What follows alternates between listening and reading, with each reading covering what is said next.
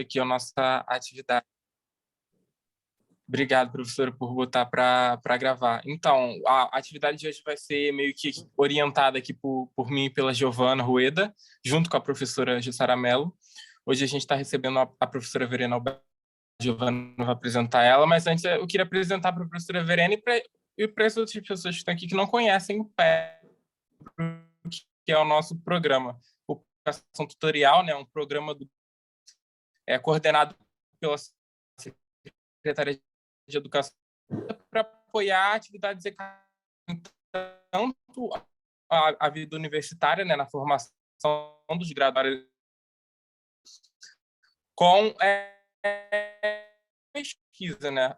A gente, durante muitas gestões, né, do professor Parada, da professora Larissa, a gente trabalhou muito a questão da pesquisa para a experiência universitária, para a experiência acadêmica e para a iniciação científica. Agora, com a Pamela, a gente tem focado bastante em história e na questão do patrimônio. Então, esse convite do diálogo aqui com a professora Verena Alberti parte muito dessa necessidade também. Tá travando, professora? Tá tudo certinho? Tá travando um pouco. Olá, tá travando? Tá travando um pouco, sim. Talvez seja melhor você... Eu vou desligar minha câmera, então, tá? Eu vou fazer isso.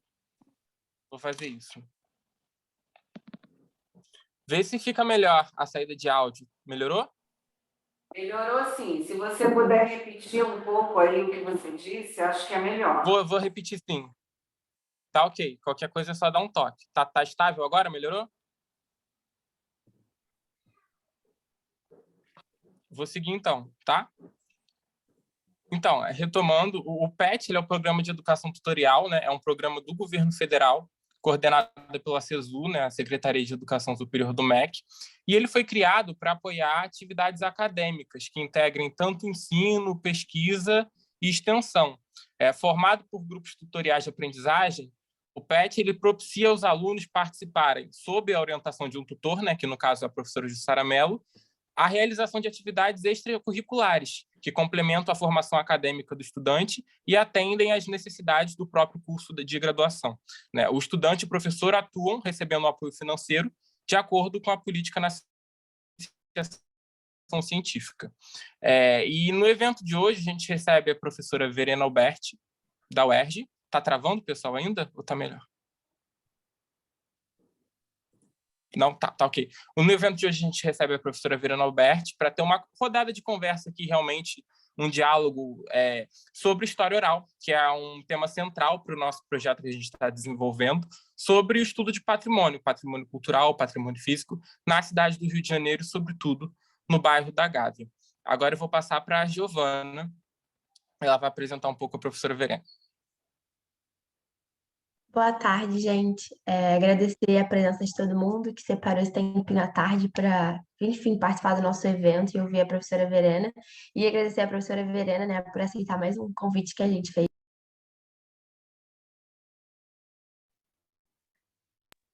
Você desligou o seu microfone. Isso. Pois é, querida. Bom, então eu vou dar uma apresentada aqui no currículo da professora e se quiser complementar, enfim. A professora Verena fez graduação em História, licenciatura e bacharelado na UF, tem mestrado no programa de pós-graduação em Antropologia Social, né? Esse programa é vinculado ao UFRJ, mais especificamente ao Museu Nacional. Tem doutorado em Teoria da Literatura em uma universidade na Alemanha, pós-doutorado em Ensino de História em uma universidade de Londres, pós-doutorado em uma universidade da Inglaterra e foi professora adjunta da UERJ na área de métodos e técnicas de ensino de história. Foi coordenadora institucional do PIBID na FGV, coordenadora institucional do PIBID na UERJ e integra o colegiado da Comissão Acadêmica Local do Mestrado Profissional em Ensino de História, que é o Prof. História, né? Então, enfim, depois dessa pequena apresentação, a gente vai passar a palavra para a professora Verena. E quem quiser fazer perguntas e tudo mais, pode mandar no chat, né? Quiser, enfim, tirar dúvida mesmo, que a gente está vendo tudo e aí vai repassar para a professora. Então, passo a palavra. Agradeço a Giovana, agradeço a Jussara e também a Ariel. Giovana e Ariel, a gente já se viu num outro episódio assim da RP, né? Da RP, de ensino de história também da PUC, e foi muito bom, porque a gente pôde conversar bastante sobre ensino de história, né? E agora, a professora Jussara e Ariel e todo mundo que está aqui presente, Inês, Luciana, Ana Patrícia, tem muitos nomes aqui na minha tela. Nós estamos aqui para conversar um pouco sobre o ofício do historiador, não é isso? E a Ariel também falou agora sobre a história oral, né? Então, eu gostaria de falar com vocês, propor para conversar sobre um podcast que saiu há pouco tempo, foi nesse ano que saiu, é um podcast organizado pelo professor Mauro Dillmann, da Universidade de Pelotas, e ele tem um podcast chamado Minutos da História. E ele me convidou para participar, para falar um pouco sobre o título que ele deu foi Os Passados da Memória Social, né? E eu, então, gravei um podcast para ele, que pode ser visto, eu vou até colocar aqui, talvez no chat, o link do Spotify, onde aparece, onde está esse episódio, onde está o podcast do professor Mauro Dillmann, né? Ali está o que eu vou começar falando aqui, que eu acho que é uma coisa que pode começar a nossa conversa, mas sempre, se vocês quiserem, e eu fico muito feliz, se houver perguntas, queiram interromper, por favor. A gente fala sempre que professor e professora são movidos a perguntas, né? Então, se a aula transcorre, isso aqui também não é uma aula, mas se você está em sala e não tem pergunta, é como se fosse um pouco, né, murchando a sua atividade. Então, quando tem perguntas, é que aquilo acontece, né? Então, por favor, não se inibam de fazer perguntas e de colocá-las aí conforme a Giovana pediu no chat ou mesmo pessoalmente. Bom, eu preparei, então, o podcast para o professor Mauro, e o link que eu coloquei aí, né? E eu acho que ele tem a ver com isso que a gente pode conversar hoje, sobre o ofício do historiador, sobre história oral, os passados da memória social, e também a nossa atividade como educadores e educadoras, né? Então, eu dividi ali naquele podcast a minha fala em duas partes. Na primeira parte, eu falei um pouco sobre Paulo Freire, né, que a gente comemorou o ano centenário do Paulo Freire no ano passado, e aí sobre essa primeira parte que eu gostaria de falar agora para vocês. Na verdade, não é sobre Paulo Freire como um todo que eu gostaria de falar, mas um trecho do conhecido capítulo 2 do livro dele, chamado Pedagogia do Oprimido, que foi publicado pela primeira vez em 1968. Nesse capítulo, ele é talvez o mais famoso capítulo do Paulo Freire, né?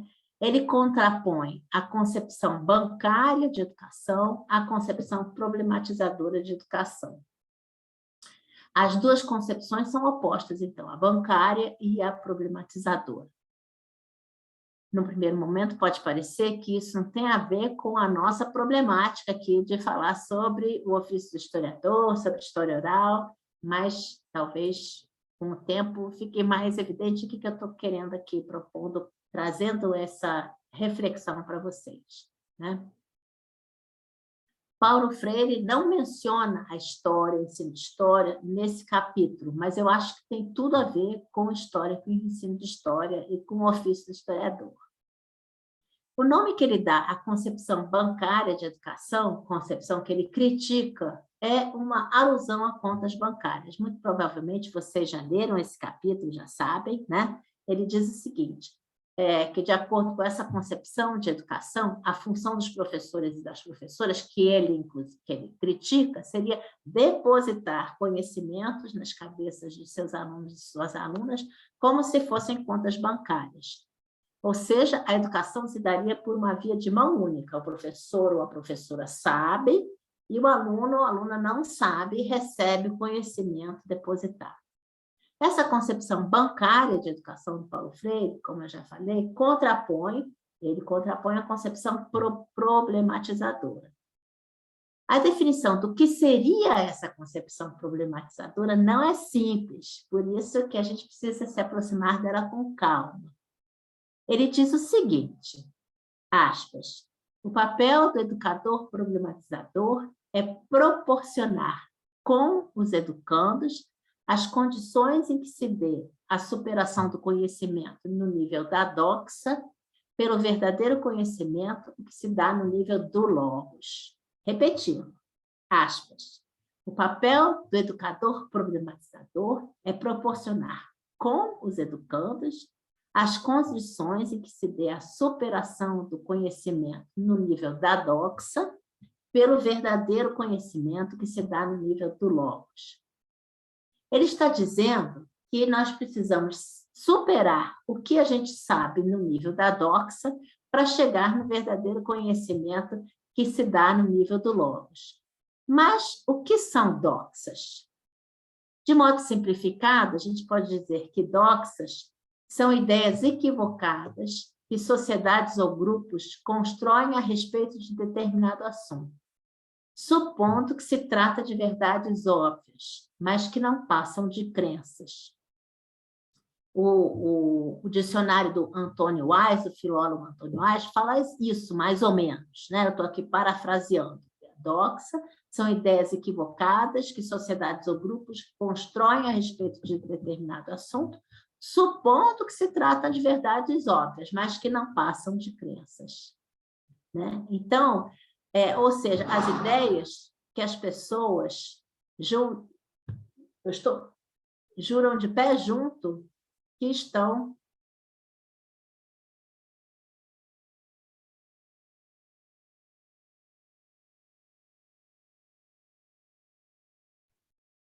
Verena, você se mutou. Tem que habilitar o áudio naquele microfonezinho. Ótimo, ótimo, desculpa. Então, as doxas são as ideias que as pessoas juram de pé junto, né? Que elas são verdades, mas não são. Então, quando ele conceitua a concepção problematizadora de educação, ele diz que a gente precisa superar o conhecimento ao nível da doxa, isso é aquilo que a gente acha que é verdade, mas não é, para chegarmos ao verdadeiro conhecimento. E isso se dá através de desafios. Essa parte é muito interessante, porque, segundo Paulo Freire, o desafio é que vai trazer a possibilidade de superação. Se a gente transportar, então, essa discussão do Paulo Freire para o nosso ofício de historiadores e historiadoras, o que é o desafio, se não a nossa questão de pesquisa, aquilo que a gente acha que a gente precisa investigar, aquilo que nos agonia. Por que eu acho que esse debate de Paulo Freire tem tudo a ver com história, com o passado, com as memórias, com a história oral? E é aqui que eu estou migrando para a segunda parte da minha fala, que não é mais falando sobre o capítulo em si do Paulo Freire, mas também trazendo essas informações dele para a nossa discussão. A discussão dele tem a ver com o nosso tema, porque é impressionante quantas ideias equivocadas, ou seja, quantas doxas, ideias que a gente jura de pé junto que são verdade, mas não são construídas a respeito do passado. Ideias que passam a valer como verdade óbvia, mas que não são. E isso não só no Brasil, no mundo inteiro. Né? Eu costumo dizer que estudar história não é apenas estudar aquilo que aconteceu no passado, mas também as formas como sociedades ou grupos se lembram daquilo que aconteceu no passado. E o interessante para nós, historiadores e historiadoras, é tomar as duas coisas juntas, isto é, o passado de um lado e as formas como sociedades e grupos se lembram dele de outro. É interessante tomar as duas coisas juntas, porque as ideias equivocadas que sociedades e grupos constroem a respeito do passado nos informam muito sobre essas sociedades e grupos. Por exemplo, quando pessoas agora, na nossa nosso Brasil atual, sustentam que a ditadura militar não foi uma ditadura, isso é um dado objetivo que nos ajuda a entender, a conhecer a sociedade brasileira hoje. Então, compreender por que esses deslocamentos são feitos e produzidos e sustentados é a nossa função como historiadores e historiadoras. Outro exemplo que a gente não cansa de ouvir, e é mesmo impressionante, né? A gente, às vezes, reproduz, né? E eu, como professora de ensino básico, vejo com muita frequência, é a ideia de que o Brasil tem 500 anos.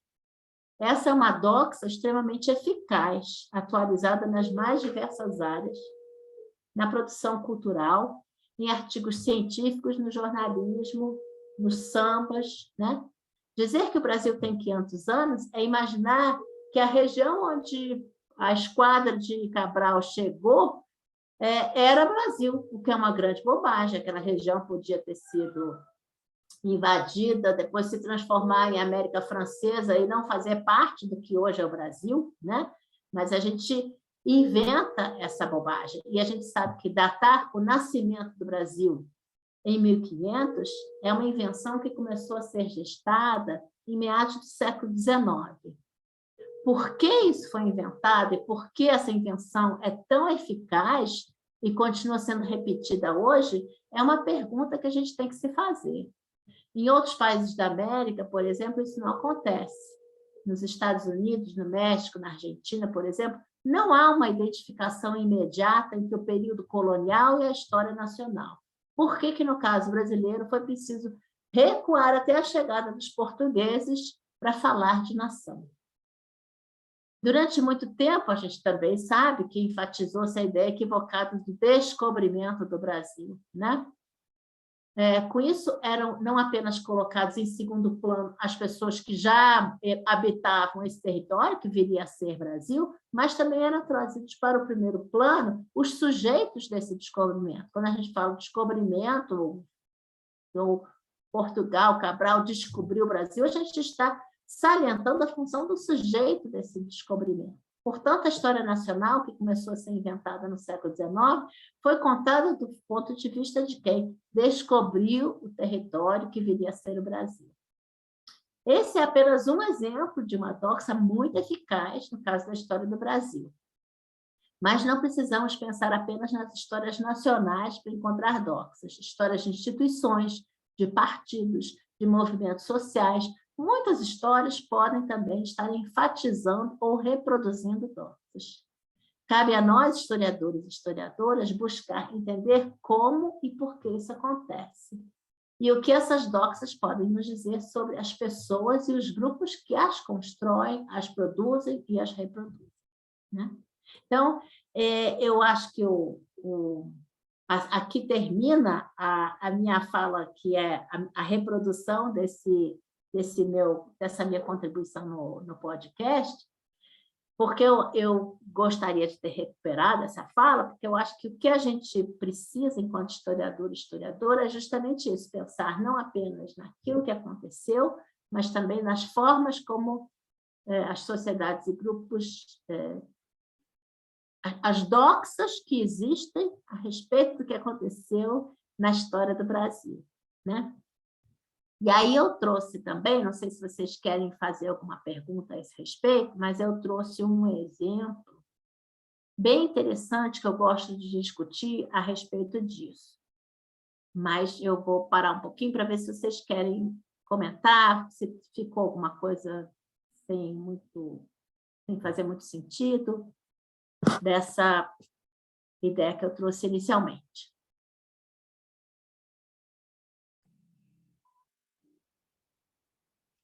Pessoal, quem não quiser abrir o microfone pode digitar no chat, tá? Que eu e a Giovana, a gente está aqui, a gente lê sem o menor problema, tá?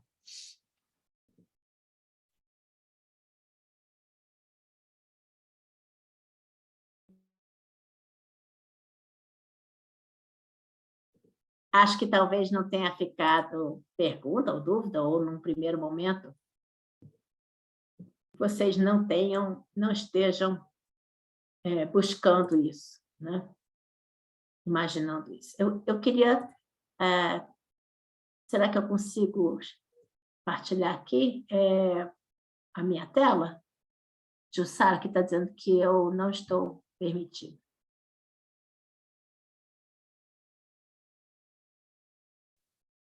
Tenta agora, professora. Ótimo. Perfeito. Bom,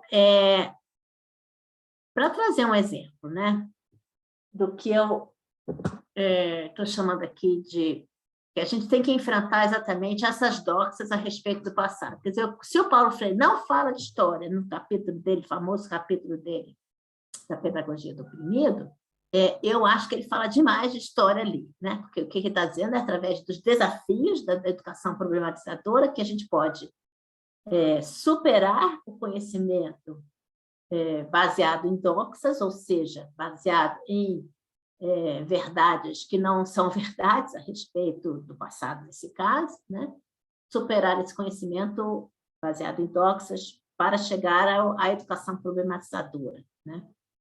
E aí, para trazer um exemplo, não sei se vocês conhecem essa cena final da novela Assim a Moça, ela é assim a Moça, que foi filmada em 2006, né? Nessa cena final, a gente tem aqui a fazenda não sei quem conhece, enfim, reproduzir rapidamente, era o pai desta senhora aqui, dessa moça aqui, que era muito mal, muito cruel com a escravaria dele. Ele morre, e agora, na cena final, quando tudo já está resolvido, o pai já faleceu, e agora sim a moça que vai tomar conta da fazenda, há a vinda dos imigrantes, né? Não sei quem se lembra dessa cena, ou quem já viu. Aqui estão os imigrantes chegando na fazenda, e assim a moça, então, recebe esses imigrantes e diz que é para as crianças tomarem conta do rio, cada família terá seu lote de terra, e as famílias vão cuidar do café, da fazenda e tudo mais. Essa é uma doxa impressionante, né, que acontece com frequência, e aí depois as pessoas que eram escravizadas na fazenda, né, estão indo embora nesse caminho aqui que dá para o infinito, né? E aí há uma voz em off lendo a Lei Áurea, né, o artigo da Lei Áurea, revogam-se as disposições em contrário, e dizendo que as pessoas aqui ficaram sem nada, a não ser com sua liberdade, né, e estão indo embora. Eu não sei se vocês tiveram acesso a esse tipo de ideia, né, que a gente tem também quando a gente fala da transição da mão de obra escrava para a mão de obra livre, né?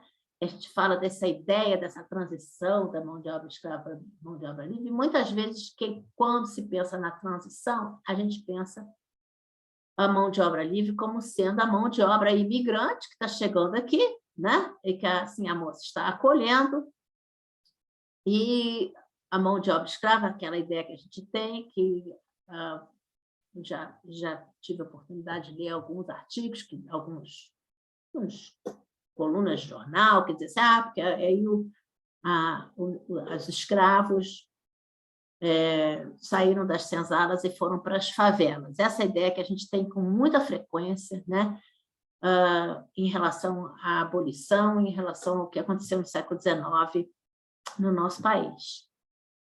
É claro que isto é uma novela, e essa novela ela foi feita a partir de um romance, que se chama também Sim a Moça. Esse romance é da década de 50, 1950.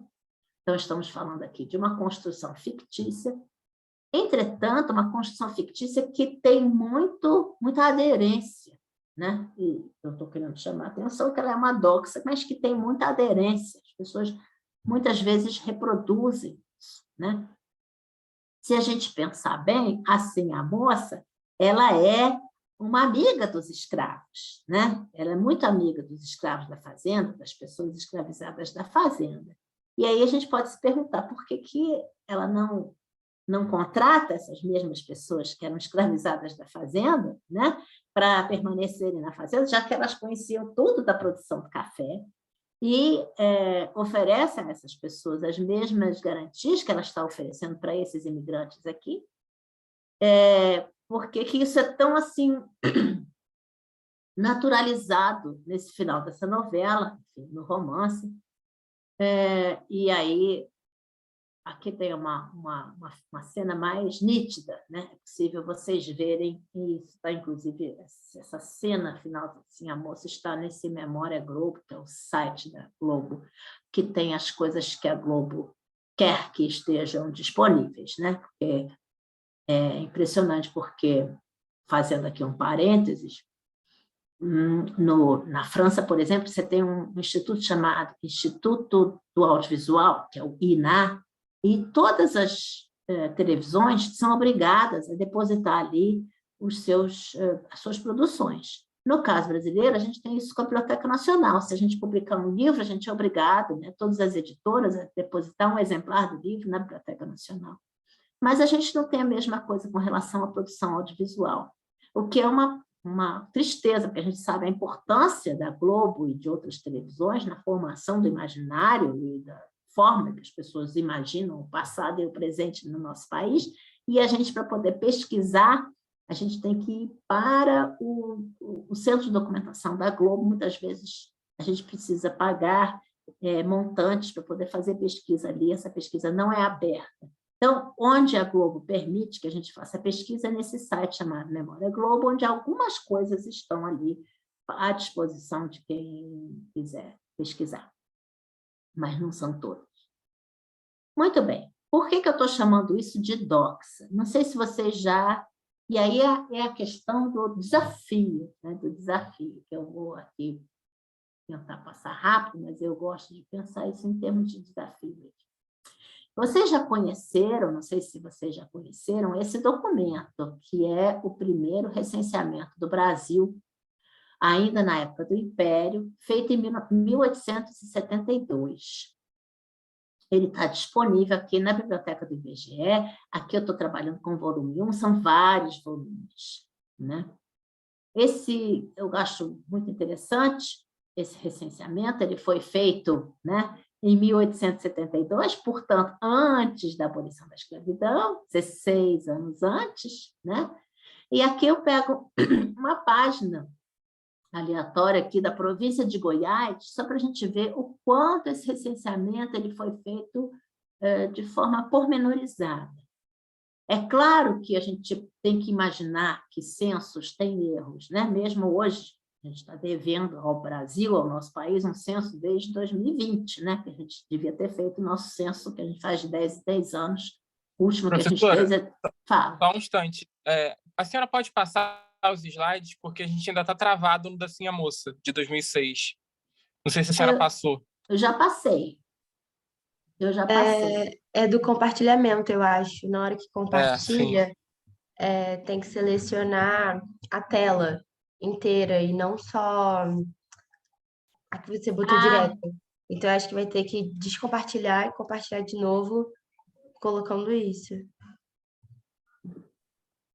Obrigada por me avisarem. Deixa eu ver o que eu quero aqui.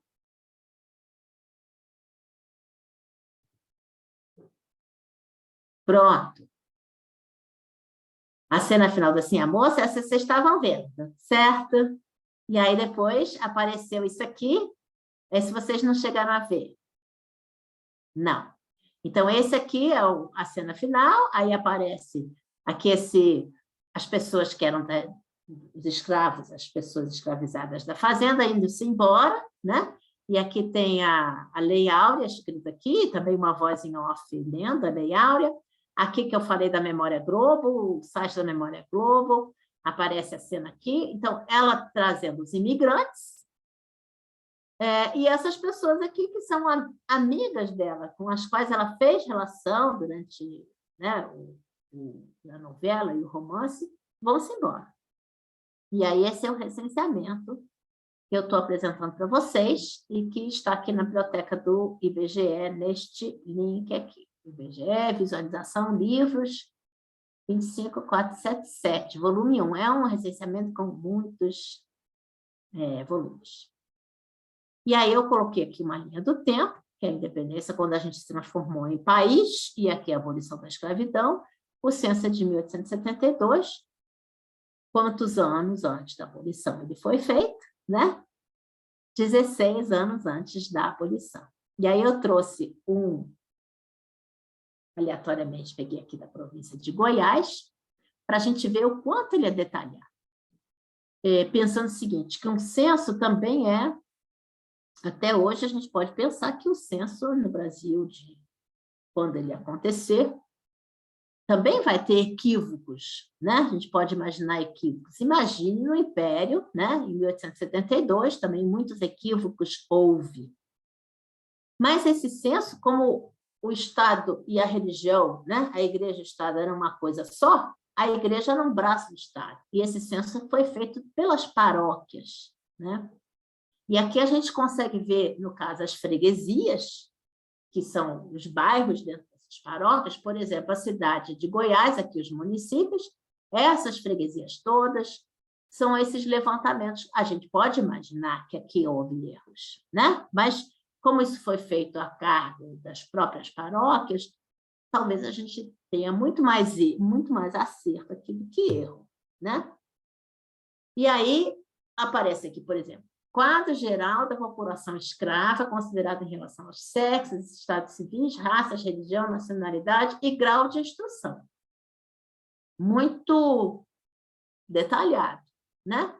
Aqui, da população livre, considerada em relação ao sexo, raça, religião, nacionalidade, grau de instrução, com indicação dos números de casas e fogos, né? Os fogos são os lugares de fazer comida, né? Os fogões, né? Então, quantas casas, e dentro de uma casa, dentro de um edifício, podia ter vários fogos, vários lugares de fazer comida.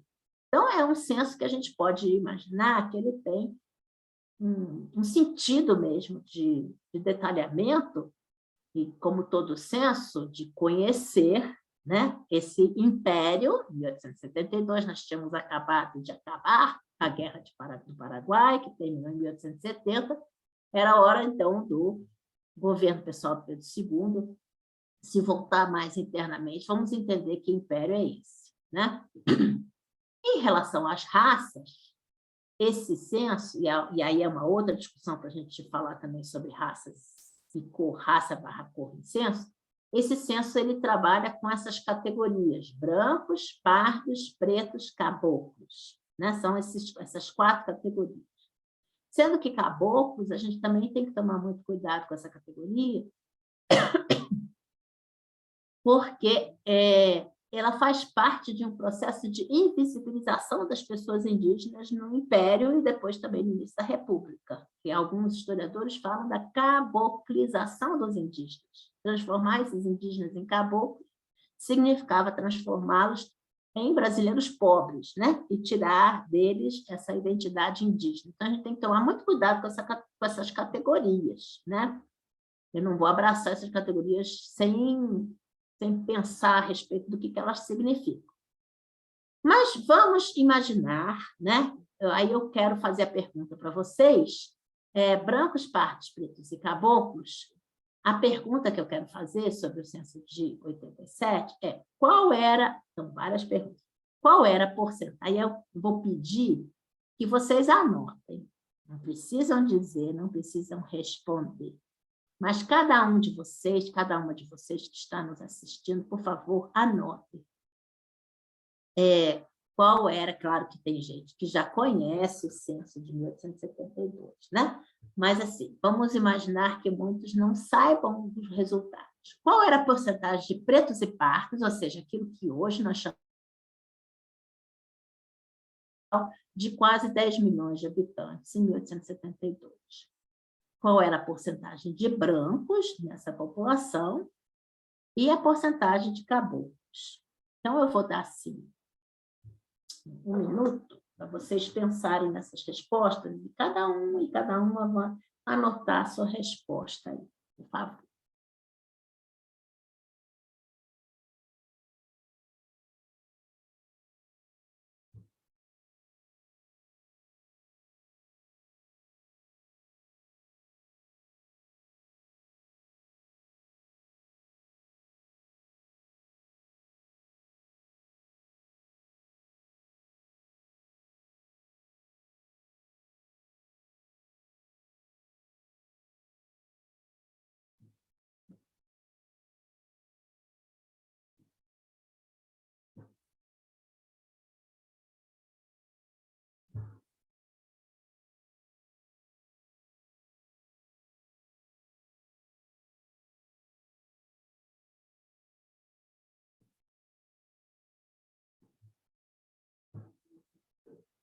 Pronto.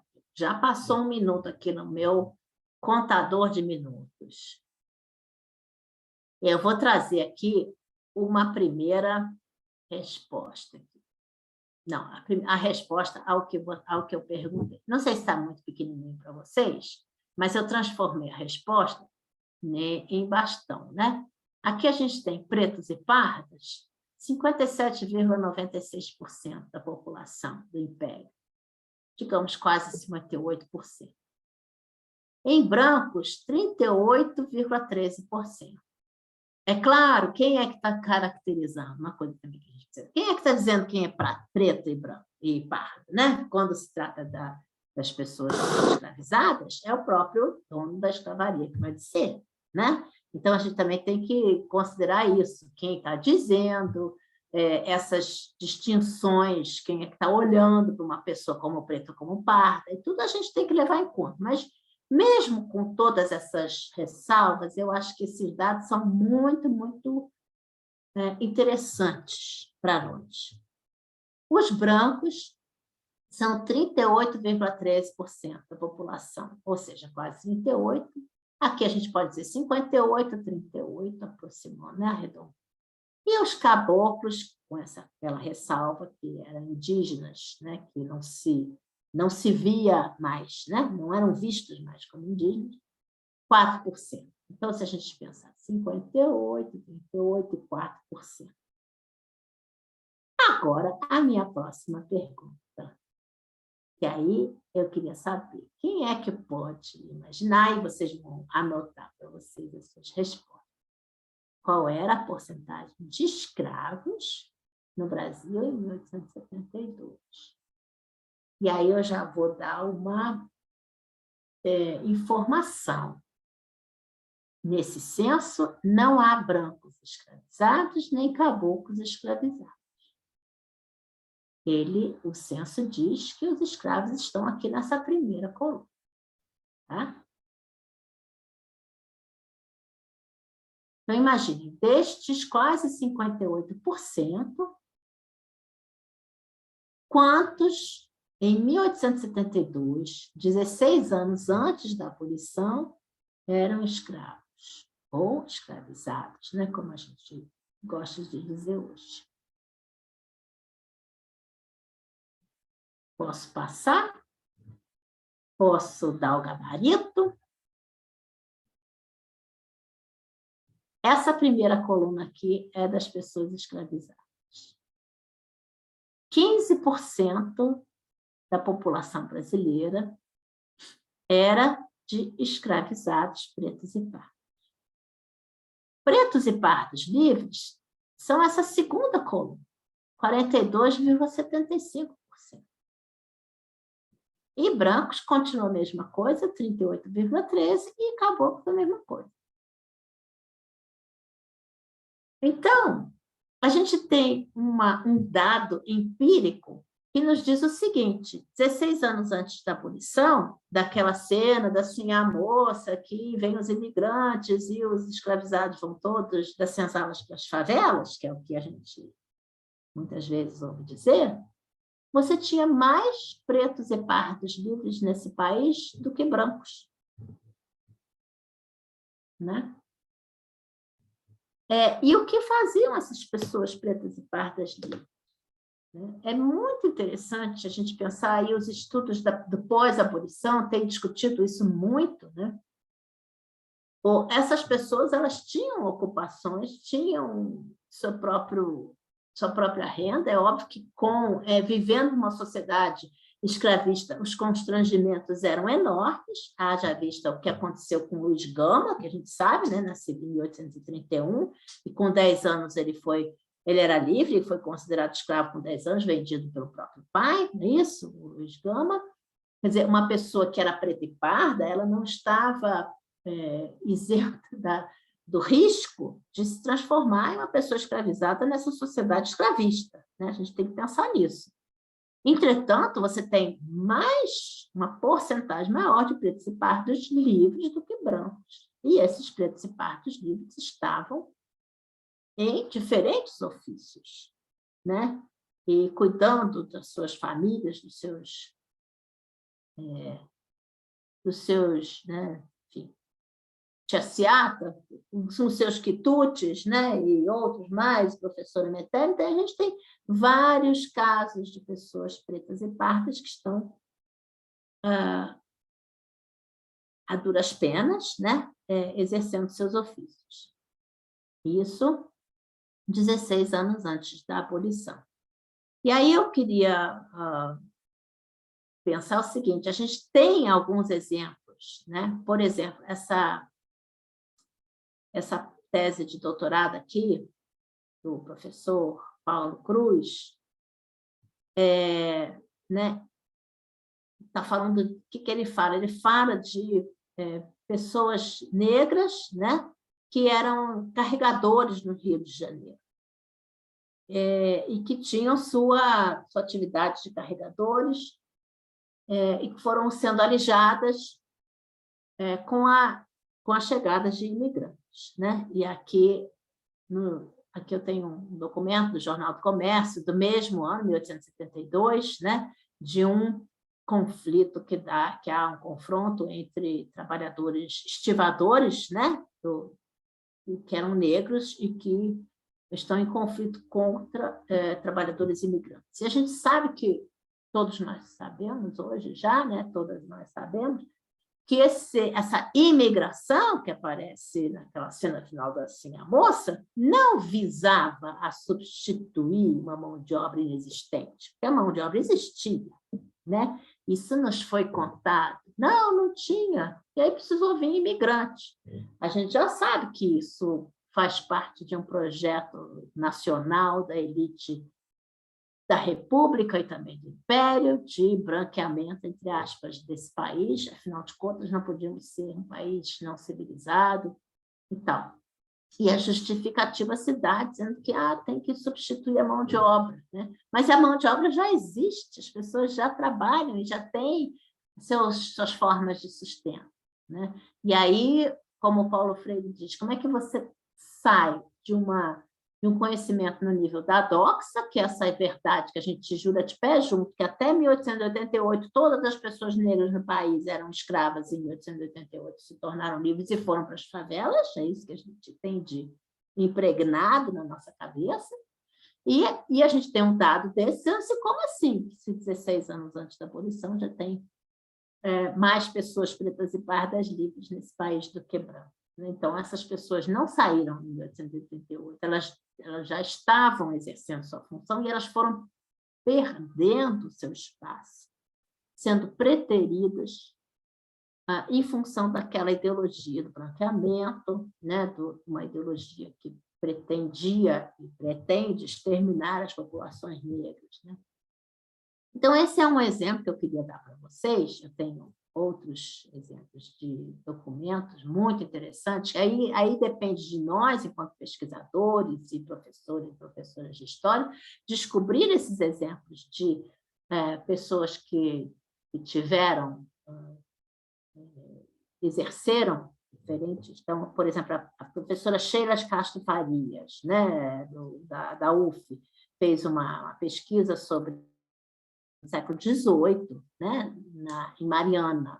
Então, a partir de pesquisas que ela fez em inventários e testamentos, ela descobriu pessoas que eram muito ricas e eram pretas, né, que tinham conseguido comprar sua alforria, elas tinham vindo principalmente da região da África Ocidental, se a gente pensar na África, aquela parte aqui, que é onde a mulher comerciante era uma coisa muito importante, né? A mulher ser comerciante, e elas continuaram, depois de escravizadas e de conseguir comprar sua liberdade, continuaram exercendo essa atividade de comerciantes e juntaram muitas riquezas, tanto que tem inventários delas, testamentos delas nos documentos de Mariana, que a professora Sheila de Castro Faria consultou.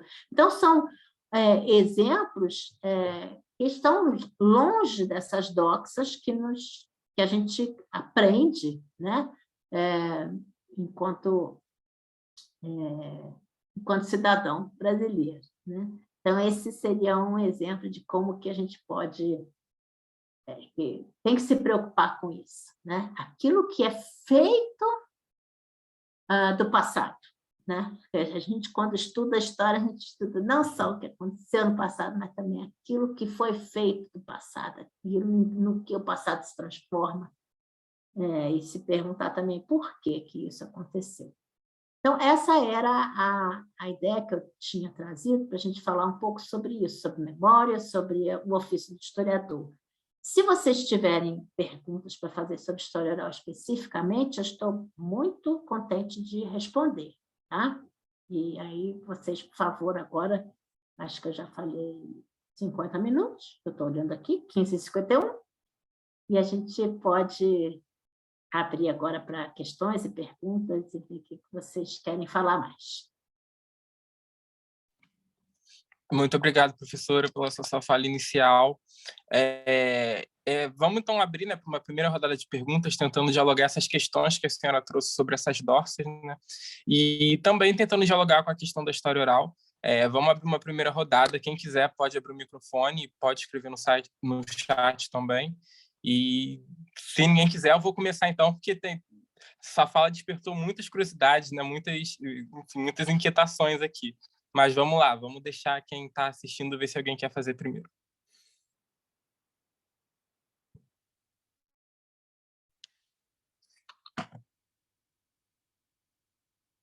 Então, eu vou tentar dar o pontapé aqui para motivar a galera que está meio... Quer fazer, professora, primeiro alguma?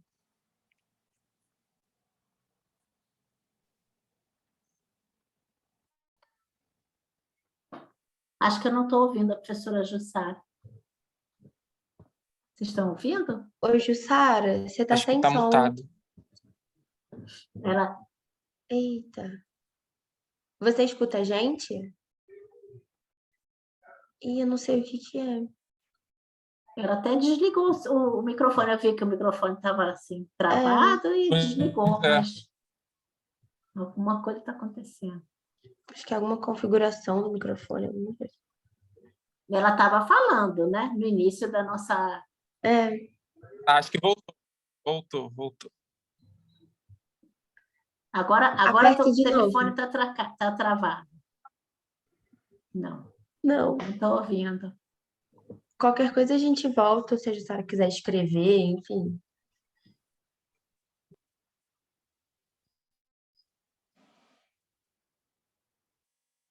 Acho que ela está escrevendo.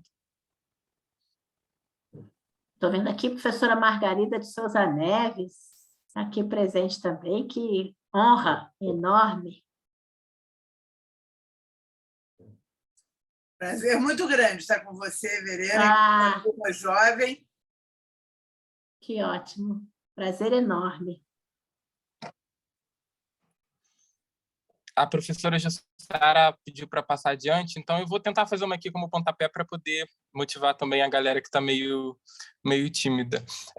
A senhora falou sobre essa questão das dorsas, e eu acho que, ultimamente, né, uma dessas grandes dorsas que a gente vem vendo dentro da academia é talvez a falácia de que o historiador, o pesquisador, deva dar voz, né, aos agentes excluídos da história, né, aos marginalizados. Durante muito tempo, isso hoje vem sendo quebrado, né, com muita propriedade, mas até alguns anos atrás isso era muito reproduzido, né? O pesquisador, ele deve dar voz, ele deve dar voz àqueles que foram excluídos. Só que a gente sabe que as pessoas sempre falaram, né? Ninguém precisa dar voz para ninguém, porque ninguém é mudo. A questão é como saber ouvir, né? As pessoas sempre falaram, é importante o pesquisador estar atento para saber ouvi-las. E nos parece que o trabalho com história oral parte muito disso, né? A escuta, sobretudo. Muitas vezes o pesquisador chega lá com essa necessidade de querer perguntar, né? Chega com o roteiro pronto, com as coisas já esquematizadas, tudo certinho, né? Vai meio que ele canalizando a informação daquela pessoa que está sendo ouvida, e acaba não sendo um trabalho de escuta, e sim um trabalho de dar voz. A gente que está, né, do PET, e todos os nossos convidados que estão aqui, a gente leu o texto da senhora, o que documenta a fonte oral. Publicidade para além da construção do passado, é um texto de 96 que toca muito nos aspectos metodológicos, né, desse ofício, do fazer a história oral. E mesmo depois de tanto tempo, a gente já tem aí quase 30 anos, parece que essa dimensão metodológica ainda é um desafio do fazer e da história oral, né? Como proceder, né? Como fazer com que isso seja um exercício muito mais de escuta do que de fala, do que de querer dar voz a alguém que sempre falou, né? Que só precisa talvez ser ouvido. Então, se a senhora podia comentar um pouco sobre o processo de construção, né, de edificação desse texto, e o que a senhora viu de mudança, né, nos desafios metodológicos nesses últimos anos, já quase. Então, o que documenta a fonte oral é um texto que pretende colocar exatamente a fonte oral enquanto fonte, né? E a gente trabalhar isso, que a gente vai, na verdade, é uma fonte que a gente constrói, né? Uma fonte constituída intencionalmente, que a gente vai procurar o nosso entrevistado ou a nossa entrevistada, para aquilo ficar registrado. Então, parte do pesquisador, ou até, dependendo do projeto de pesquisa, das pessoas interessadas em que o pesquisador faça a entrevista de história oral, né?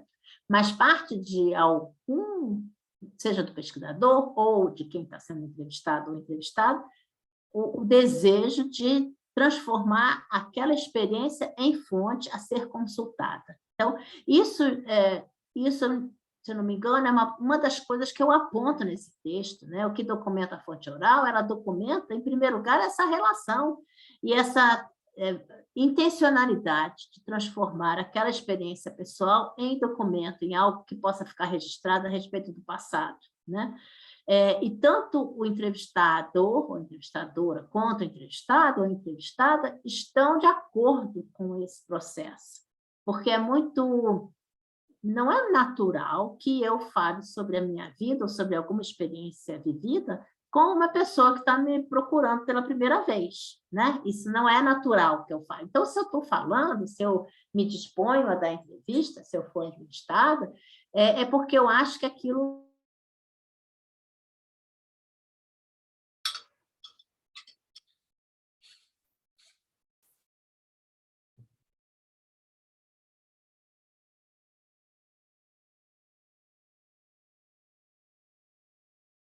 lugar um registro dessa relação entre entrevistado e entrevistador. E ela é tanto um resíduo, que eu chamo, né, que eu falo disso, do resíduo da ação e do relato de ação, né, que aí eu me baseio num historiador alemão que faz algumas diferenciações a respeito das fontes, o Peter Ruttenberger, e ele fala assim, uma fonte pode ser um relato de ação ou um resíduo de ação, mas depois ele diz, sim, é isso mesmo. Agora, Inês, né, está pedindo para falar sobre isso, né, em relação entre entrevistado e entrevistador. Ótimo, Inês, é sobre isso que eu estou falando. Então, um relato de ação é, por exemplo, uma ata de uma reunião, né? Uma ata de uma reunião, a reunião aconteceu, e eu, então, vou fazer um relato da ação. Só que o relato... E aí a gente muitas vezes vê a entrevista de história oral como apenas um relato daquilo que aconteceu no passado. Por isso que essa ideia do resíduo de ação é muito importante para a gente entender a entrevista de história oral. Muitas vezes a gente imagina, eu vou ouvir a experiência do fulano sobre o que aconteceu em tal momento, que ele participou de tal movimento, e aí fica parecendo que a entrevista dessa pessoa vai ser só um relato daquilo que aconteceu no passado. Só que é importante a gente pensar que o relato também tem coisas que são dependendo daquilo que a pessoa que está sendo entrevistada ou aquela que está entrevistando quer provocar no presente. Então, se eu faço uma ata de uma reunião, tem uma reunião do colegiado do PET, né? O PET está tendo uma reunião, então uma pessoa ficou encarregada de fazer a ata. Pode ser que algumas coisas sejam omitidas, né? Porque, sei lá, ficou meio desagradável ali o bate-boca entre fulano e fulano, então a gente omite determinadas coisas, que a gente não quer também que outras pessoas leiam e pensem que o PET, estou falando do PET, mas posso falar. Então, quando eu faço uma ata de uma reunião, eu também estou agindo no presente, eu não estou fazendo só um relato de ação, aquilo é uma ação no presente, por isso que essa ata também deve ser vista como um resíduo de ação, como a própria gravação também é um resíduo da própria entrevista. A entrevista, como eu digo também, ela é mais ampla do que a própria gravação que fica, porque ela inclui os contatos com os entrevistadores, os entrevistados e as entrevistadas, inclui a conversa que a gente tem antes de ligar o gravador. A entrevista inclui uma série de outras coisas. Então, a gravação ela é um resíduo disso. E aí, só para a gente completar, estou vendo que a Rosa está com a mão levantada, aquilo que a gente acha que é um relato de ação também é um resíduo de ação, basta ver, e é um exemplo que eu acho que eu falo no meu artigo, quando a gente escreve alguém escreveu sua autobiografia, e fala assim, não, eu agora não vou publicar ainda, vou deixar minha autobiografia na gaveta. Por quê? Porque essa pessoa está imaginando que publicar irá incidir sobre o presente. Portanto, nada que a gente faz é apenas um relato do passado, também é algo que pode incidir no presente. E a entrevista de história oral ela deve ser vista dessas duas formas, né? Espero que eu tenha trabalhado o que a Inês pediu e também o Ariel. Agora a Rosa está com a mão levantada. Oi, Verena. Deu interferência, troca. Deu eco, mas pode falar. É que eu estou na sala do PET e a gente não está conseguindo ligar o microfone, está dando interferência. Mas está ótimo, estou te ouvindo bem. Mas lá dentro estava muito ruim, eu vou falar aqui do corredor. Rapidinho. Primeiro, agradecer pela presença, né? Presença ilustre. E eu queria te perguntar sobre uma questão que vem aparecendo para mim há bastante tempo, que é a diversidade de cronologias. Você comenta sobre isso no seu artigo que a gente leu, que seria a coexistência entre uma cronologia nacional, uma cronologia de grupos e cronologia individual, e que isso pode aparecer para o historiador, de vez em quando, como um conflito, né? E... não sei, eu queria você dar o exemplo da resistência francesa, né? Eu queria saber se tinha outro exemplo e como que a gente pode lidar com isso, né? Quando isso, de certa forma, desestabiliza o que a gente já tem consolidado na historiografia como um marco, tipo, sei lá, 1930, Estado Novo, e aí você vai entrevistar alguém ou vai lidar com um grupo específico e eles não estão operando com a mesma cronologia que os historiadores, sabe? Isso apareceu na minha monografia, quando eu fui conversar com um grupo específico e eu fiquei meio sem saber como lidar, parecia que a gente não estava falando da mesma coisa. É isso. Ótimo. Eu tenho um exemplo que é mais para cá, daquele artigo que vocês leram, que é a pesquisa que eu e o professor Amilcar de Araújo Pereira fizemos sobre as histórias do movimento negro no Brasil. E é uma pesquisa que a gente fez entre 2013 e 2007 e que gerou vários livros e artigos também. E é muito interessante. Isso não vale apenas para o movimento negro, vale para movimentos em geral, né? O movimento negro, a gente viu que tinha sua cronologia, né? E que não, muitas vezes coincidia, não por acaso, com cronologia, com marcos da cronologia da história nacional. Por exemplo, 1988, nossa Constituição Cidadã, 100 anos da abolição, foi um ano de muita proliferação de entidades do movimento negro pelo país afora, né? 1978, quando começou o movimento negro unificado pela democracia racial, lá no contra a discriminação racial, no Teatro Municipal de São Paulo, primeiro chamava-se MNU-CDR, contra a discriminação racial, 78, nas escadarias do Teatro Municipal de São Paulo. A gente está no final, nem tanto no final, né? No governo Geisel, no período de, entre aspas, abertura política, e é 78, não por acaso, o mesmo ano em que começam as greves do ABC. Então, assim, saber fazer esse cruzamento entre que qualquer coisa que a gente vai pesquisar, se você vai pesquisar uma instituição, a história da PUC, por exemplo, né? A história de uma instituição vai ter a sua cronologia, vai ter os períodos, né? que você precisa estudar, precisa aprender. E, às vezes, esses períodos eles têm um cruzamento bastante interessante com o que está acontecendo, no caso da PUC, digamos, na história do Rio de Janeiro ou na história nacional. né? Às vezes, esses cruzamentos não acontecem, às vezes, os marcos considerados importantes da história nacional não são considerados importantes, como é o exemplo que eu dei, né, da ascensão do nazismo no meu artigo, por exemplo, né, que muitas pessoas entrevistadas consideravam que sua vida havia se modificado, não em 1933, quando Hitler assumiu, né, e sim mais adiante ou antes, né?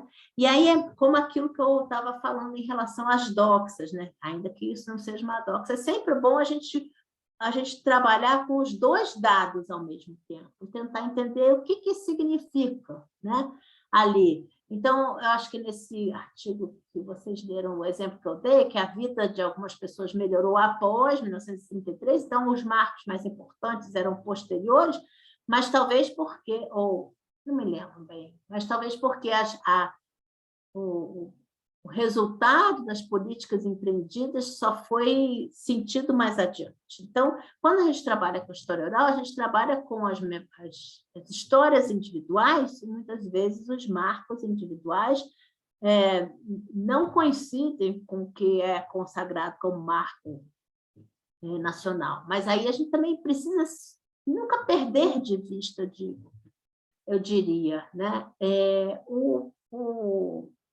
O historiador, aliás, da área de literatura, Alessandro Portelli, né, que é uma pessoa também muito estudiosa da história oral, eu acho que eu já tive a oportunidade de falar isso algumas vezes, talvez já tenham me ouvido, ele tem um artigo em que ele fala do falecimento, da morte de um líder sindical na Itália. E todo mundo, quando falava da morte desse líder sindical, que ele morreu, falava de um determinado ano. Mas a documentação dizia que ele morria em um outro ano, né? Então, digamos, um ano foi 53, outro ano foi 49. Ele morreu mesmo em 49, estou aqui chutando os 2 anos. Mas todo mundo dizia que ele tinha morrido em 53. Então, o que o Alessandro Portelli diz, não só nesse texto, mas em outros também, e outras pessoas dizem também, que a gente precisa tomar as duas coisas, não só as representações, que são aquilo que aquela comunidade está representando a respeito do passado, mas também os fatos, aquilo que na documentação a gente consegue perceber, né? E aí, com essa decalagem, nunca perder de vista essa decalagem e tentar entender por que aquele fato se transformou nessa representação. Aquele artigo dele famoso também, que era Civitella Valdichiana, que também ele fala sobre isso, né? A necessidade de você tomar as duas coisas ao mesmo tempo. E aí, pronto, depois ele foi verificar que o fato de as pessoas dizerem que o líder sindical morreu no ano X é porque naquele momento tinha havido um movimento muito importante que ele ficaria mais como mártir do que no ano em que ele efetivamente morreu.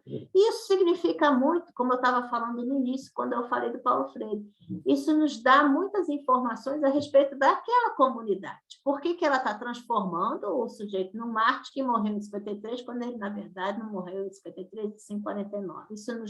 Isso são dados objetivos a respeito daquela sociedade, assim como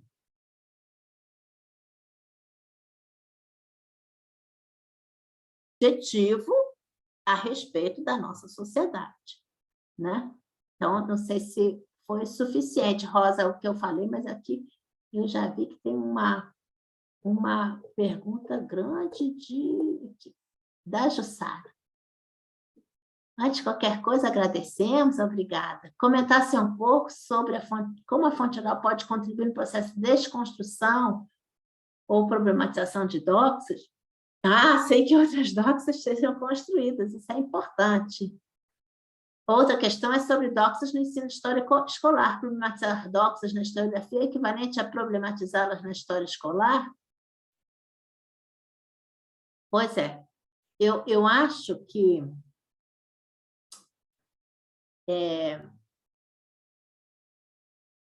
quando a gente vai fazer um trabalho de história oral, eu sou uma pessoa que trabalhei muito com história oral, mas em geral, digo assim, não faz história oral. Só se fosse super, super necessário, porque é um trabalho muito custoso, né? Você pode fazer entrevistas e depois ficar com aquele material e não saber o que vai fazer com ele. Só faz, claro que é muito fácil falar, né? Mas, assim, eu diria, só vale a pena fazer história oral se a gente realmente está interessado em saber a respeito das narrativas de experiência pessoal daquelas pessoas que a gente está entrevistando, né? Às vezes, a gente pode recorrer a outras fontes para saber outras coisas sobre um determinado momento ou movimento. Então, se você está interessado nas narrativas de experiência pessoal, e aí significa que eu vou trabalhar as experiências, né? E, portanto, tornar talvez um pouco mais concreta ou deixar mais evidente a relação das histórias pessoais em relação à história geral, ou à história nacional, ou à história, enfim, da região, eu também preciso me pensar e sempre analisar essas narrativas enquanto fontes.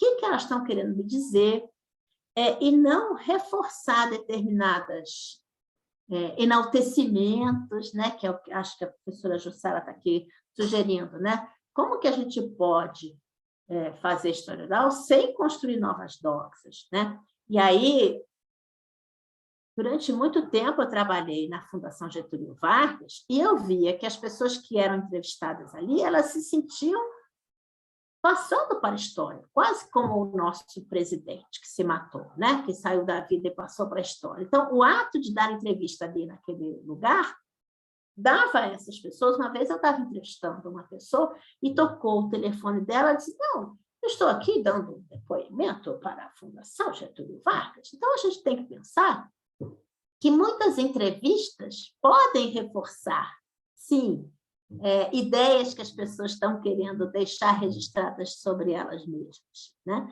Por isso que a gente não pode ver a entrevista como um retrato da realidade. A gente tem que analisar ela enquanto fonte, como a gente analisa uma fonte de jornal ou uma carta, né? Então, essa preocupação da professora Jussara eu acho muito importante, porque muitas vezes as pessoas trabalham com história oral achando assim, eu vou registrar a história viva, né? Ou a vida na história, com a experiência, e a pessoa parece inebriada com aquela experiência, né? E se esquece de trabalhar aquele documento que está sendo produzido com todas as críticas que a gente precisa fazer à fonte. E isso é muito difícil quando a gente está trabalhando com pessoas vivas. Mesmo com pessoas não vivas, é mais difícil, porque às vezes você quer salientar algo que a pessoa disse na entrevista que não é legal, a pessoa pode não ficar bem, né? E, afinal de contas, ela te concedeu a entrevista, ela foi gentil, ela, né, respondeu tudo. E como é que você vai fazer? Digamos que eu esteja fazendo uma entrevista para uma dissertação de mestrado. Eu vou criticar aquela pessoa que me cedeu a entrevista com tanta gentileza, né? Então, por isso que eu digo, é um pântano no qual a gente entra, porque a gente entra nas memórias em disputa, né? A gente vai fazer história sobre um determinado partido ou uma instituição e enquanto a gente está ouvindo alguém, pode parecer que a gente está chancelando aquela história. E aí o outro fala assim, não, mas você precisa ouvir fulano. E aí você fica no meio de um pântano e você faz parte disso, né? Então, é muito importante que a gente esteja muito convencido de que a gente realmente quer fazer um trabalho de história oral, né? Por causa desses riscos. E eu acho que problematizar doxas na historiografia é equivalente a problematizá-las na história escolar. Eu acho que na história escolar a gente tem que problematizar também essas doxas. E muitas vezes elas... Poxa, outro dia eu estava falando com os meus alunos e minhas alunas do ensino básico e falando sobre discutindo o descobrimento do Brasil, e são meninos e meninas que não têm 18 anos ainda, e disseram que por que a gente aprendeu assim? Então, é uma coisa assim que a gente... Né, eles aprenderam o descobrimento do Brasil. Eu digo, mas como que aprenderam o descobrimento do Brasil? Né? Então, é assim, eu não sei o que acontece, que parece que é um looping que a gente entra, a gente está cansado de saber que não teve descobrimento, está cansado de questionar Hobsbawm, então, questionar Hobsbawm, não, trazer Hobsbawm para questionar a nação, né? Um dos trabalhos que eu faço, tanto no ensino básico quanto na faculdade, é trazer aquele Nações e Nacionalismos, um trechinho para discutir exatamente isso. Por quê? Na escola, a gente fica falando de história nacional. Quando a gente entra na faculdade de história, a primeira coisa que a gente aprende é que nação é invenção. Mas como assim? Por que a gente já não fala que nação é invenção dentro da escola? Né? Por que a gente já não traz essas discussões para dentro da escola? Eu sei que é difícil, mas é possível fazer. Né? Então, não sei se eu respondi, Jussara.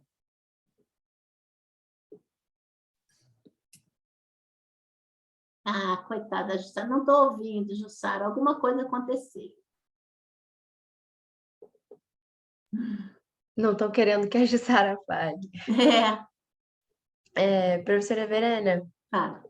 se você puder também falar um pouquinho sobre o uso de fonte oral em sala de aula, porque assim, a gente leu esse seu texto, mas há um tempo atrás, no PET, eu não vou lembrar o autor, o título e o autor, se alguém lembrar aí pode mandar, mas que falava sobre o trabalho de fontes, né, de forma geral, na sala de aula. Então, falava muito sobre como não é pegar a fonte para comprovar o seu argumento em sala de aula, e aí me lembrou muito a parte do seu texto que fala, né, que a fonte oral também não serve para comprovar o contrário da história oficial.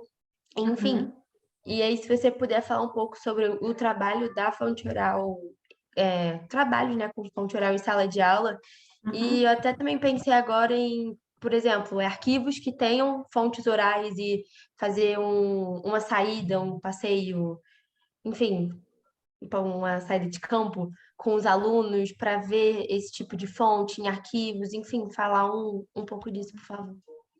Eu estou colocando aqui no chat um artigo que eu publiquei agora no ano passado. Não é esse não, desculpa, errei. Esse aqui é outro, sobre documentos da ditadura militar. Mas eu publiquei vou achar já, falando sobre como é difícil trabalhar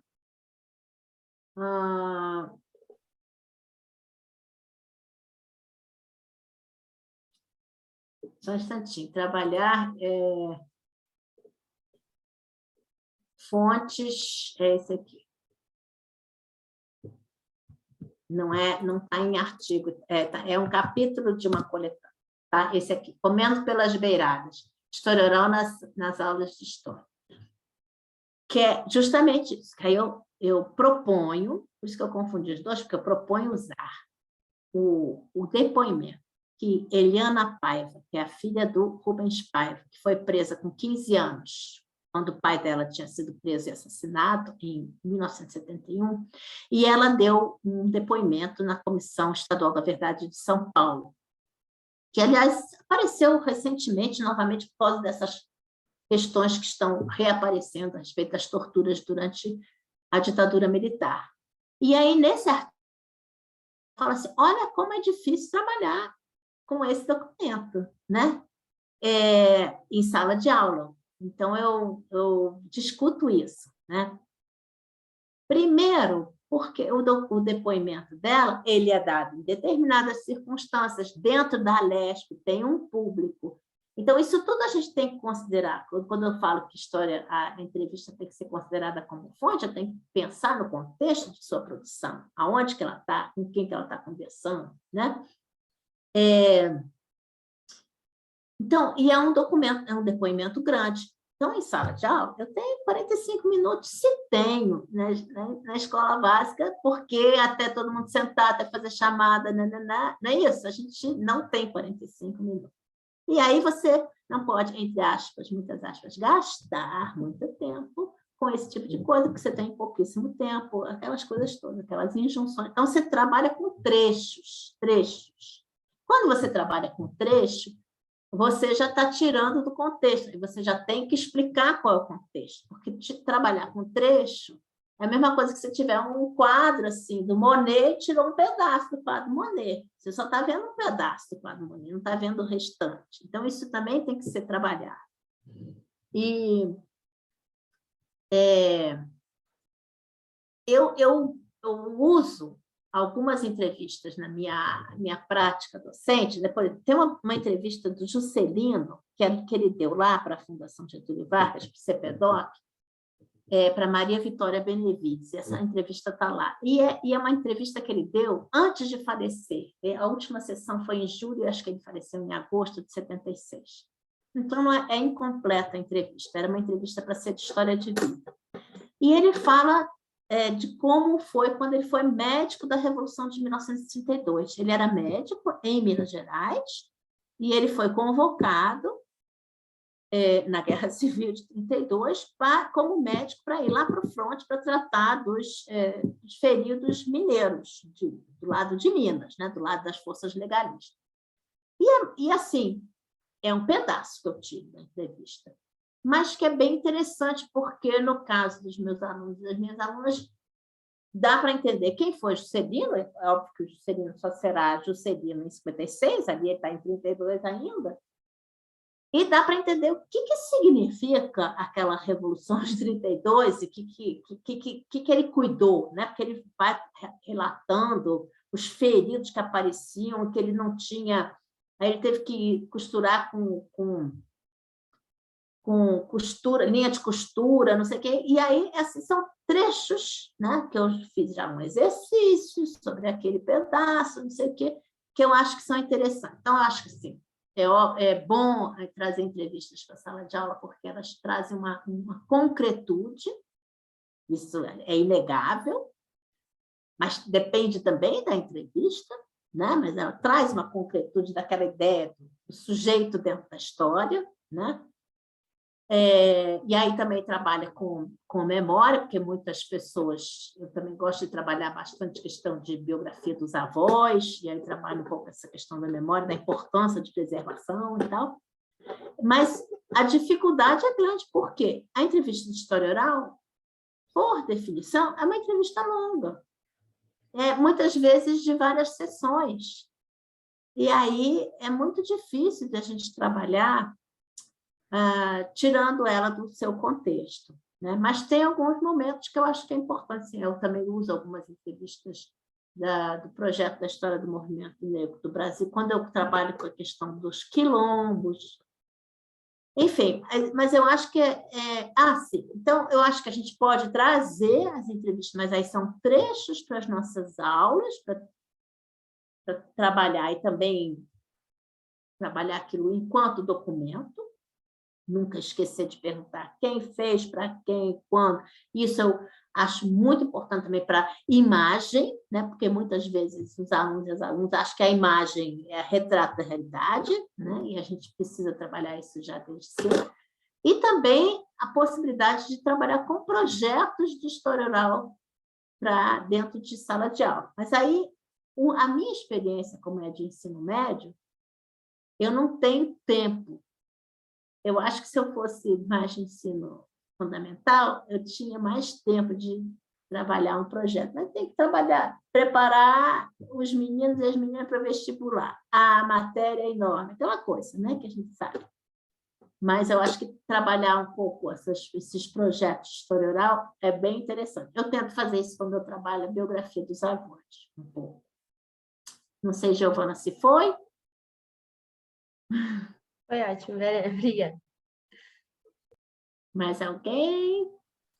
Mas alguém tem mais alguma questão? Se não tiver, eu acho que vou fazer mais uma só para a gente finalizar, porque a gente já está quase no teto 4h30. Professora, eu queria perguntar para a senhora sobre a questão dos arquivos, né? A gente sabe que construir uma fonte oral nem sempre a senhora quer falar, pode... Não, porque acho que a Giovana tinha me perguntado também, ou foi você que me perguntou sobre visitar arquivo, né? Pode falar, por favor. Pode falar. Não, já emendando também o que a Giovana falou, né? Construir uma fonte oral, ela não é simples e nem barato, né? Se existe um determinado equipamento, você precisa gravar, é um trabalho custoso, demanda uma certa equipe técnica. E você tem que pensar o seguinte, se você quer guardar aquilo, eu não posso gravar no meu celular. Está entendendo? Porque eu não sei se como é que chama esse formato aqui vai sobreviver 50 anos. Eu tenho que pensar em qual formato de áudio que eu vou gravar, que é um formato que possa ser migrado para novo formato quando ele ficar obsoleto, porque certamente vai ficar, né? E que eu tenha essa entrevista para 50 anos e eu preciso de espaço de memória para guardar. Se eu fizer uma entrevista em vídeo, imagina, agora está aqui gravando essa aula, recording, né? Onde é que Jussara vai guardar isso? Né? Lá no repositório da PUC, mas aí tem que ter memória para caramba para ficar guardando esses negócios, né? Então, assim, entrevista é a mesma coisa, tem que ter memória, tem que pensar num equipamento e num formato que seja audível e consultável daqui a 100 anos. Eu estou querendo construir uma coisa de documento mesmo. Desculpa, Ariel, te interrompi, fala. Não, perfeito. É exatamente nisso que a gente queria chegar, né? A questão, qual lugar que essas fontes orais ocupam hoje nos arquivos, né? A gente sabe que tem o Museu da Imagem do Som, tem o Museu da Pessoa, o CPDOC, e muitas vezes a gente, quando está pesquisando, a gente fica nessa ânsia de documentar a fonte oral, mas esquece que tem muita fonte oral que já foi documentada, né? Ou seja, você pode trabalhar com algo que já foi registrado e documentado por outra pessoa, não precisa necessariamente partir do zero. E às vezes isso é mais produtivo, você revisitar uma foi documentado. Então, a importância dos arquivos hoje, né, no trabalho de salvaguarda, de guarda dos materiais orais, desses documentos orais, né, e quais os arquivos hoje disponíveis que existem para a gente poder fazer esse tipo de trabalho? Eu estou colocando aqui no chat um artigo que eu publiquei com a professora Luciana Raimann, justamente sobre isso, sobre reuso de entrevistas.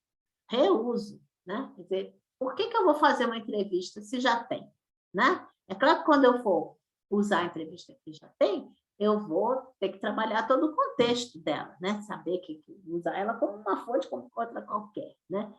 Mas muitas vezes as pessoas acham, não, eu preciso fazer a entrevista com o fulano porque isso vai me dar, sei lá, um fetiche qualquer, que mesmo que o fulano já tenha falado, mas eu preciso, para minha dissertação, entrevistar o fulano. Mas é muito interessante que eu reuse entrevistas já feitas, né? Então, esse artigo a gente trabalhou. Então, esse artigo que eu falei, que eu usei o depoimento da Helena Paiva, não é um arquivo de história oral. Eu achei esse depoimento dentro do repositório da Comissão Estadual da Verdade de São Paulo, né? Está lá disponível no YouTube. É claro que não é uma entrevista de história oral, é um depoimento dado em público, né? É diferente de entrevista. Mas eu acho que a gente pode trabalhar esse tipo de depoimento pessoal, que não seja só entrevista de história oral. E os arquivos que existem, eu acho que no IFIX também, na UFRJ, também tem um arquivo importante de entrevistas, especialmente sobre das memórias reveladas, histórias a respeito da ditadura militar, tem um arquivo importante ali de entrevistas realizadas. O LABOI, que é o laboratório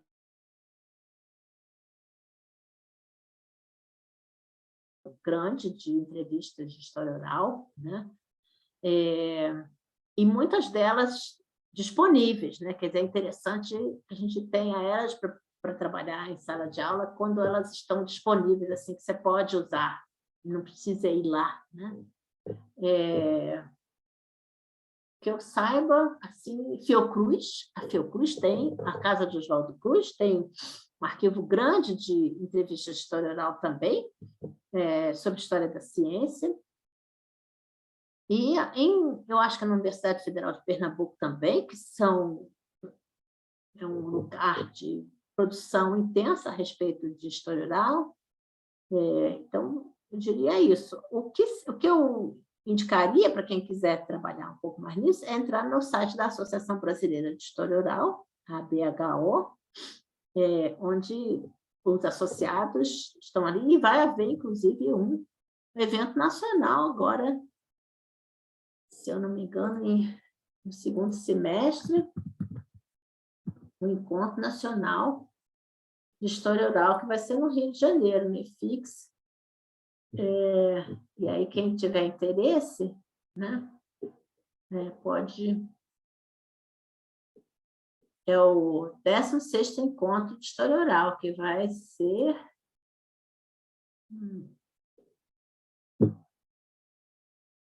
E agora?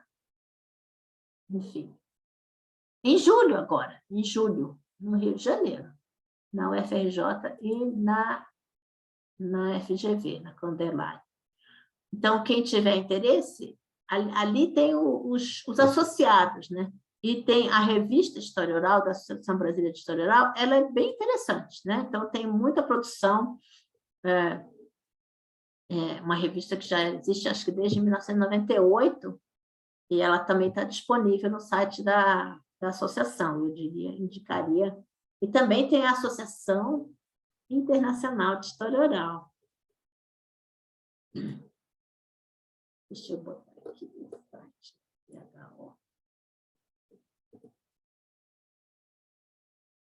Eu chamo de ABRO, mas tem gente que chama de ABHO. Tem a Associação Internacional de História Oral, que é IORA.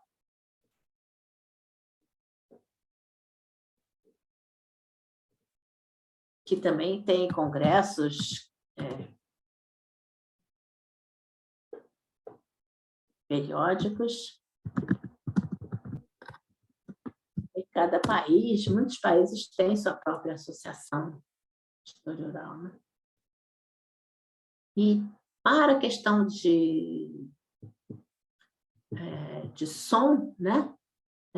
Existe uma associação internacional de arquivos sonoros e audiovisuais, que pode ser bem interessante também para quem quer saber como que vai gravar.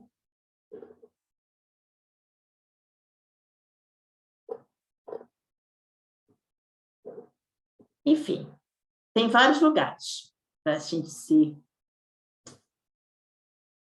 Não sei se querem essa também. Deixa eu ver aqui.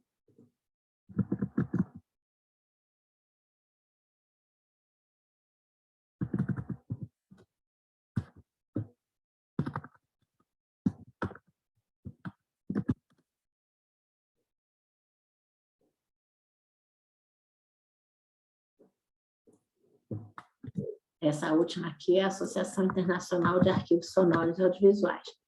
E nós temos no Brasil alguns profissionais bem interessantes que podem ajudar a tomar decisões a respeito dessas questões. Então, aqui tem um site dessa Via 78, que é sobre o Marco Dré, que é o encarregado, que inclusive escreveu o capítulo sobre isso da última edição do Manual de História Oral, e ele é uma pessoa, ele e outros são pessoas, Bernardo Bortolotti, são pessoas que são capacitadas nessa questão de preservação, produção e a preservação de arquivos sonoros e audiovisuais. Então, quem quiser fazer um projeto de história oral de maior monta, né, eu sugiro uma consultoria com esses profissionais. Já passamos 4 minutos. Ariel, estou respondendo demais. Acho que então, depois dessa última pergunta do Ariel, a gente pode encerrar. Queria agradecer de novo, professora Verena, a disponibilidade, enfim, passar mais uma tarde com a gente, conversando. E, de novo, todo mundo que está aqui assistindo, fazer propaganda do nosso Instagram, que é @pethistoria, e do nosso canal no YouTube, que é Pet História PUC Rio. Essa entrevista vai para lá, vai demorar um pouquinho, né, que ainda tem processo de edição e tal, mas vai para lá. Também quem quiser ver, tem várias entrevistas, enfim, o conteúdo é ótimo. E então, agradecer de novo, muito, muito, muito obrigada, Verena. Acho que foi uma tarde muito proveitosa, assim, tiramos muitas dúvidas, conversamos bastante. E acho que é isso, é agradecer. Não sei se a Ariel e a Jussara querem falar alguma coisa, não sei se a Jussara vai conseguir falar. Acho que não, porque ela está Jussara está digitando. falando, está digitando, a Júlia também já digitou, o núcleo de memória fez assim, a Luciana também fez assim. Beatriz está dizendo que foi maravilhoso. Que bom, que bom. Obrigada, Bernardo, obrigada. Obrigada, Francinaldo, Davidson e Marcone. Obrigada, Sara. Ótima conversa, que bom. Não? Então é isso, acho que a gente pode encerrar. Complementando a Giovana, muito obrigado, professora, muito obrigado a todo mundo que está aqui. É isso, pessoal, muito obrigado e até a próxima. Espero que não demore, que nós possamos repetir em breve. Muito obrigado, professora. Tchau, tchau, gente. Obrigado, Verena. Até a próxima. Obrigada, Tchau, tchau. Felipe. Tchau.